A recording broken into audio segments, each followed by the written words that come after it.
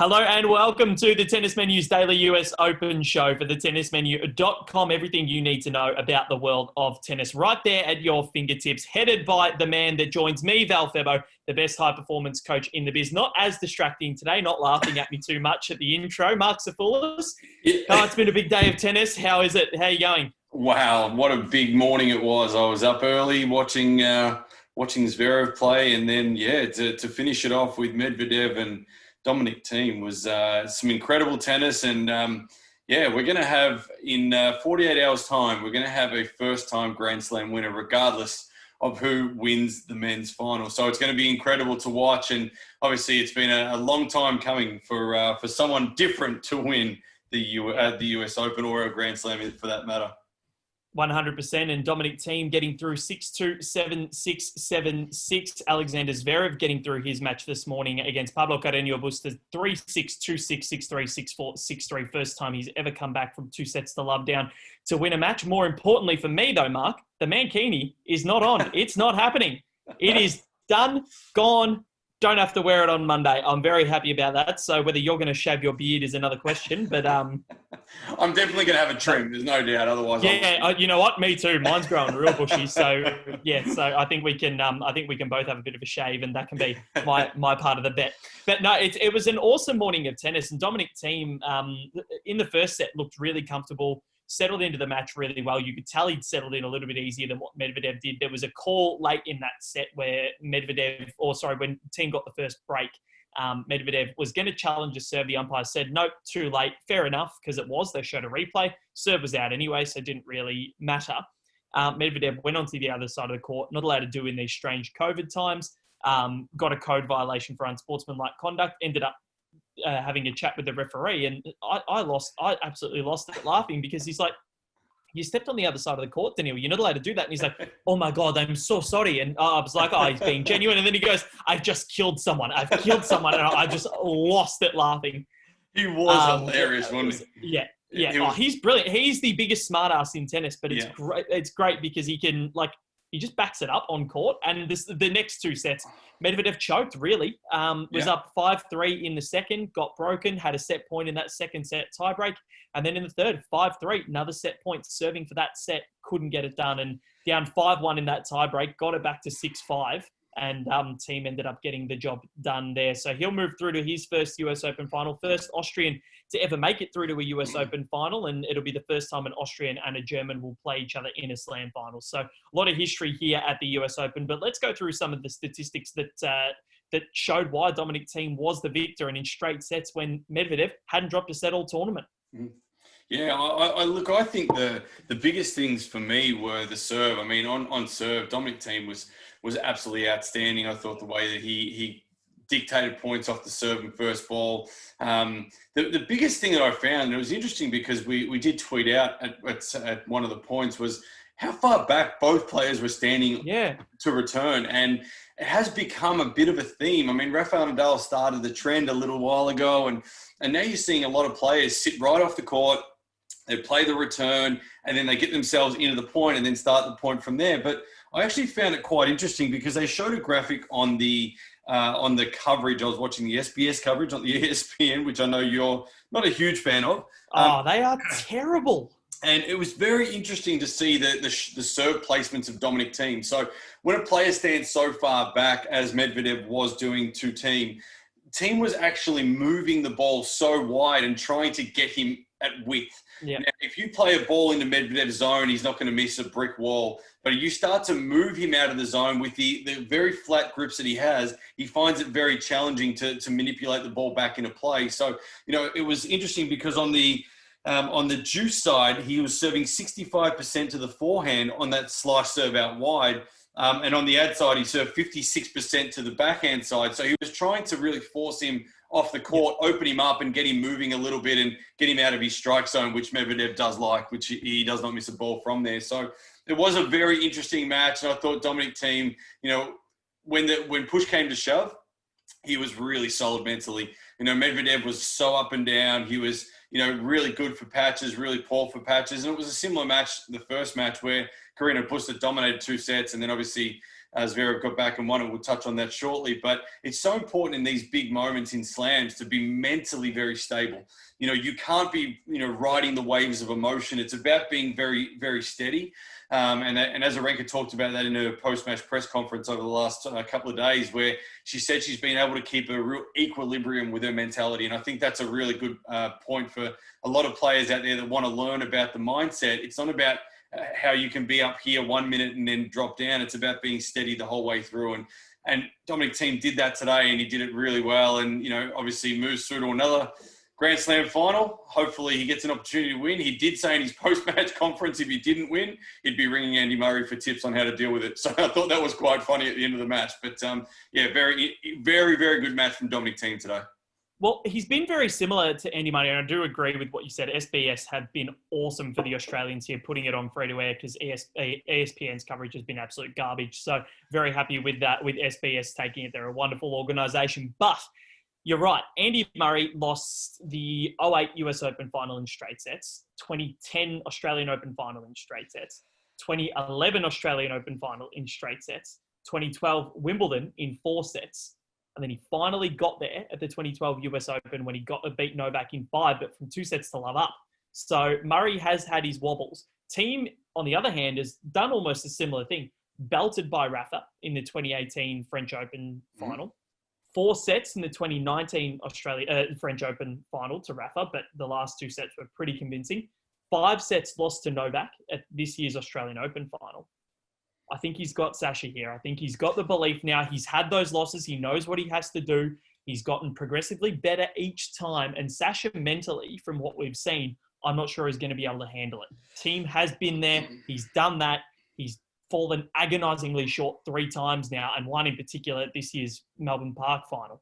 So it's just, I think the way that he's played, he's just looked like a man on a mission throughout this entire tournament. And you are right. And how about just some of the shots that he was able to pull out on big points today? The backhand was sumptuous. He just didn't miss when he needed to hit it. He didn't miss. Yeah, and that's the big thing with Dominic Thiem is he's steady enough to keep the ball in play for a long period of time, but then he can really hurt you by popping the ball at any stage at the point. And when you look at like the obviously the difference between good and bad, and obviously we talk about that all the time, his ability to play both defense and offense is incredible. It really is. It's second to none. Like his ability to go high, heavy on a couple of balls, shape it, and then just step in and crunch one flat. He can play all aspects of the game. And that's what I really like about the way he plays. He can play back off the court. He can play up the court. He was able to slice and change up the game a little bit to Medvedev, as he did similar to Alex de Minaur as well, where you can slow the game down against those players that like ball speed. And he did that really well today. He was able to mix up his game. There was moments where I felt like if he does this in the final, he's going to be in trouble with those mental slips, with those slips of he just throws in this really slack service game. And he did it twice, one in the second set, one in the third set. And he just lets the door open up just a fraction for his opponent. And, if you do that to a good player, and obviously Zverev is a very good player and he'll probably take those opportunities, but he's just got to tidy it up just a fraction that final where he doesn't have that little slip on serve and give an opportunity to Zverev. Yeah, but I do think with Zverev serve, I think Thiem can kind of afford to, and we will get to Zverev serve a little bit later. Yeah. But their meetings at Grand Slams, Thiem has won all 3 of them. The 2016 French Open third round, 2018 he won that in 4. 2018 French Open quarterfinal, Thiem won that in straight 4-2 and 1. And then the 2020 Australian Open semi-finals, Zverev's first major semi-final, plays Dominic Thiem and loses in 4-3, 6-6, 4-7, 6-7-6. And another personal best for Zverev at the 2020 US Open final. He meets Dominic Thiem again. And that quarterfinal was actually his very first Grand Slam quarter as well.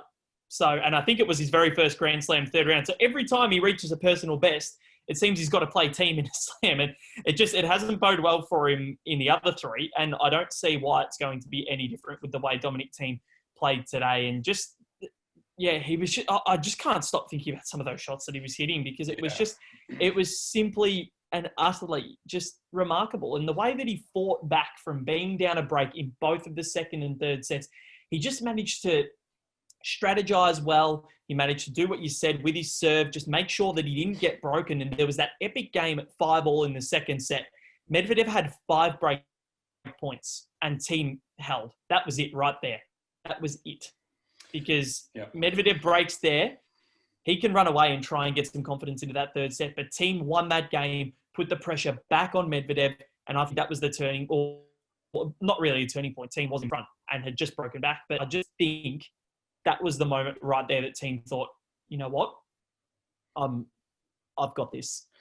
Yeah, the match could have turned really drastically in that second set. Obviously, Medvedev was up. He's up 5-3, had a chance to serve it out, didn't.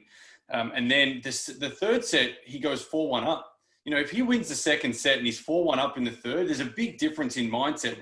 When you're 2 sets to love down and 4-1 up, it's different. But when you're up or you're a set all and you're 4-1 up, that would have been a massive change. And it could have been a different story altogether had Medvedev had to close that second. He didn't. And Dominic Thiem obviously fought back from a breakdown in the third set to win it. And yeah, it's going to be interesting because I don't think Zverev has played his best tennis. And this is a really big moment for both players. Obviously, first time there to win a Grand Slam is going to be really big for them. They'll both be nervous. But Zverev hasn't played his best tennis, but he didn't play his best tennis at the ATP finals where he lost to Djokovic in the early rounds of the round robins, and then he steamrolled Federer and Djokovic to win the title there. And I thought, you know, it's been similar traits to what he's shown there. He hasn't hit form yet, but you know, can he back that up and maybe become a lot better in the final? It remains to be seen.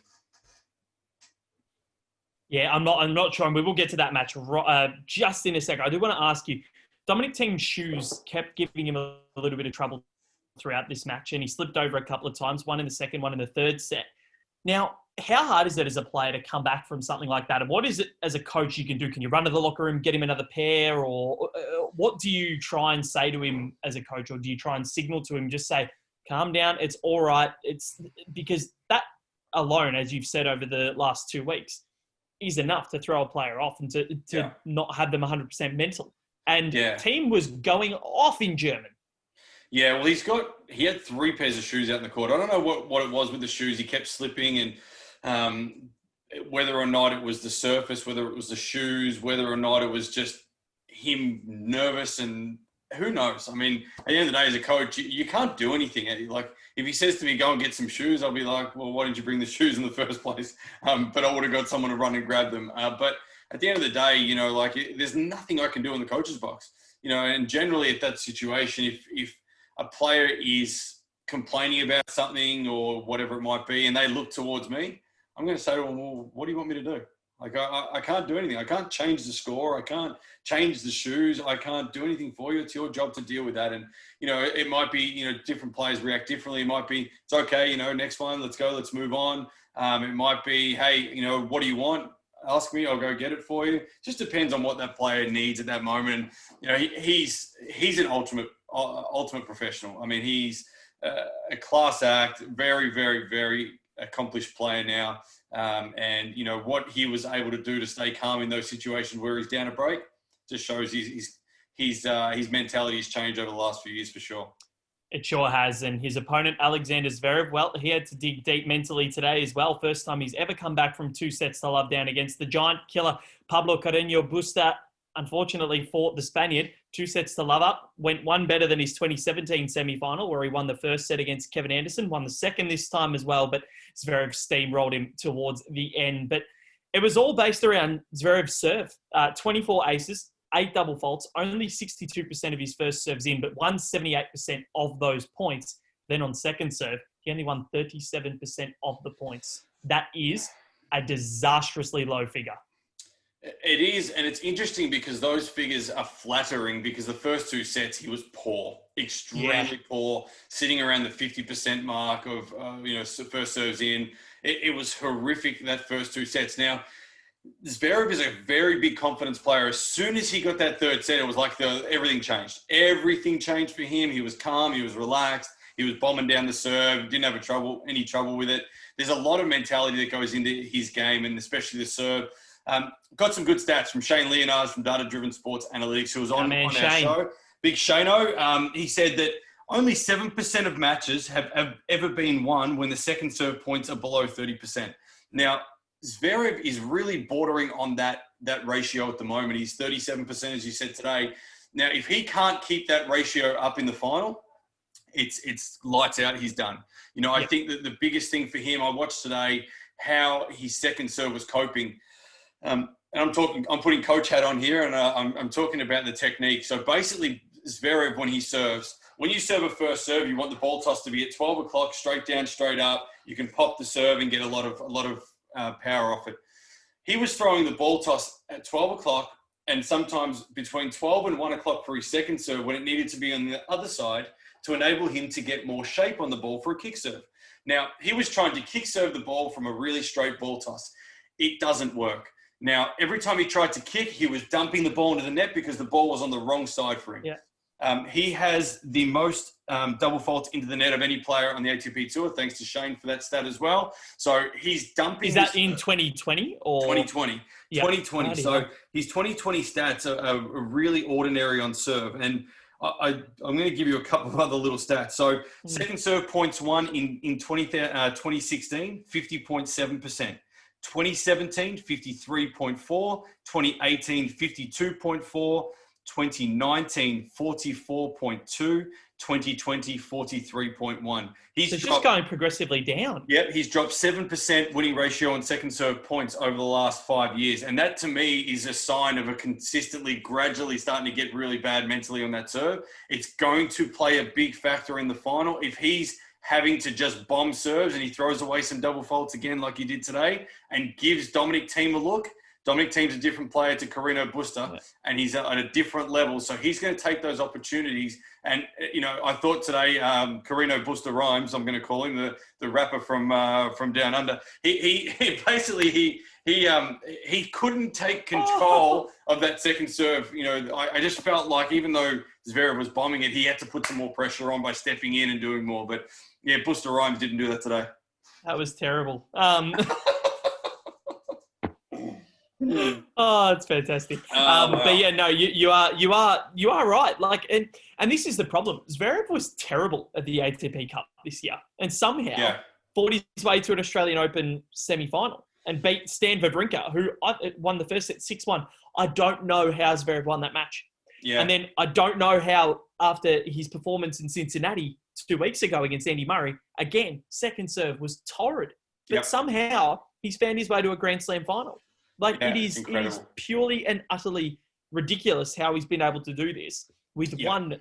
And it is a major, major flaw in his game that is going to be his undoing and is probably going to be the difference between him winning a slam and him never winning one. Yeah. So this is a golden opportunity for Zverev to win one now, because if he can win one with the second serve winning percentage as bad as that, then imagine when he gets it better, if he ever does get it better. This is something he has to work on in the off season, and I'm really disappointed he didn't work on it during the coronavirus break. He was too busy dancing around with Novak. Exactly. And Shane also gave me this stat. He said that there's 4 players on the tour that are better off hitting 2 first serves than a first serve and a second serve. Can you guess who the 4 players are? I'm going to say Nick Kyrgios is one. Got it. Ivo Karlovic. Nope. Milos Raonic. Nope. John Isner. No.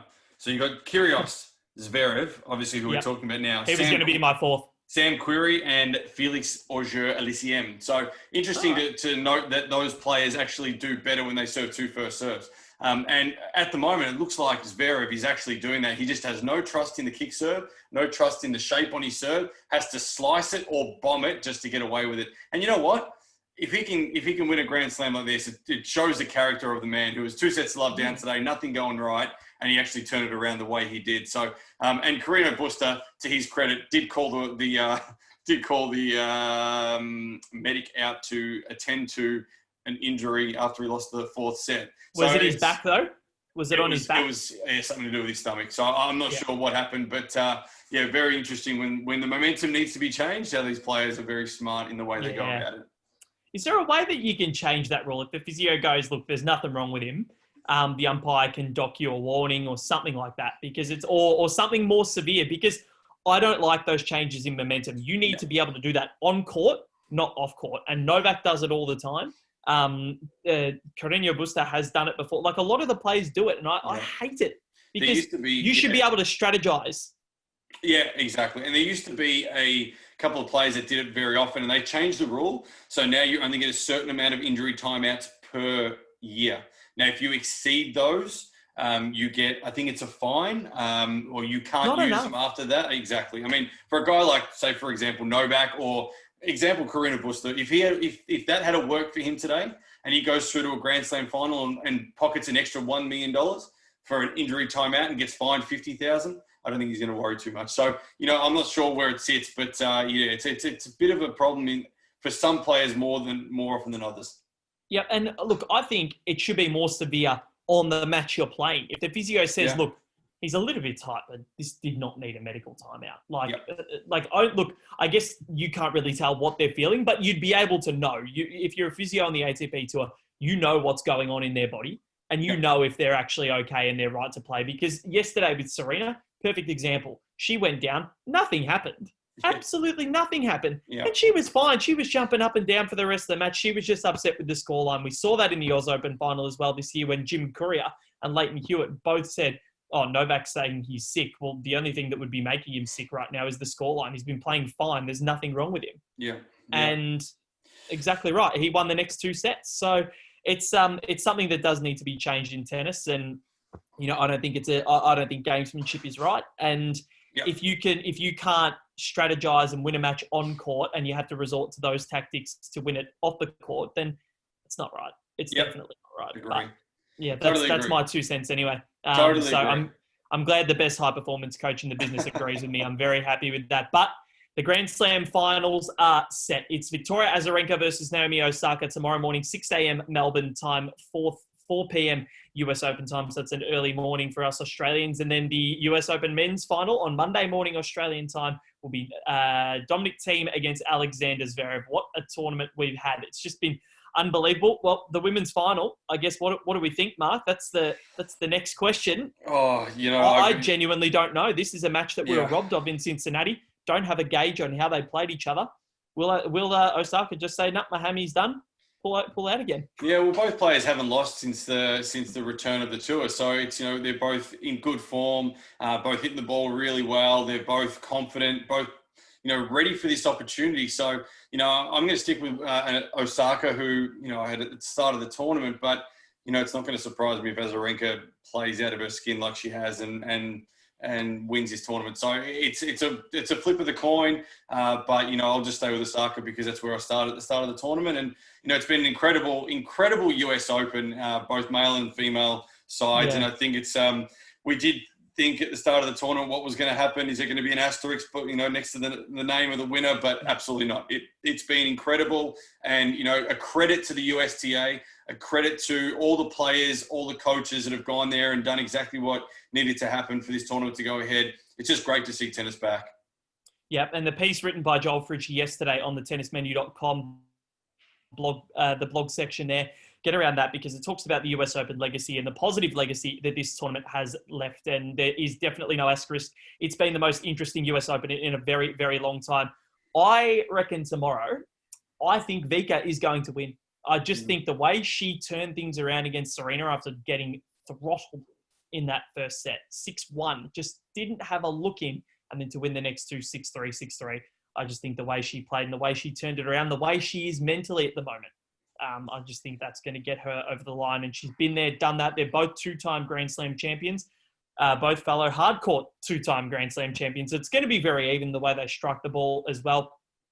First set, very, very important. But I think Azarenka is going to get it done in 3. She'll win the first, lose the second, and regroup in the third. That's my 2 cents. And we'll see what happens. Do you reckon it'll be 3 as well, or do you I think it'll go to 3. I do think it'll go to 3. I think that they're too close to separate in straight sets, and if they're both playing at the level that they've been playing at throughout this tournament, it's going to be an incredible match. So don't miss it. Get yourself up in the morning if you're in Australia. Stay up if you're in the US, and let's enjoy one of the best couple of days of probably women's tennis that I've ever seen, I've ever witnessed. I don't know if anyone's witnessed any better, but it's been incredible the last few days. So get around it. Hopefully Osaka gets up for me, and hopefully Azarenka gets up for you. Good luck.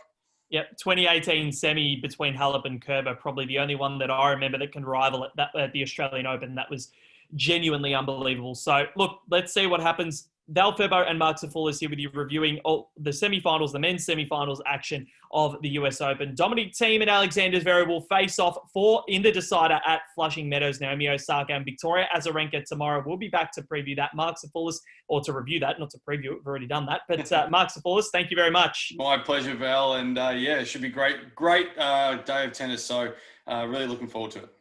Very, very excited indeed. Remember, you can head to thetennismenu.com for anything you need to know about the world of tennis. We've got plenty of stuff there, videos, drills, packages, articles, news, blogs, all done beautifully by Mark, Nick, George, Joel, and I'm part of that as well. I wasn't going to throw myself in there. Why not? Val and Marc Safoulis joining you every day throughout this US Open. 2 more shows to go. It is going to be massive.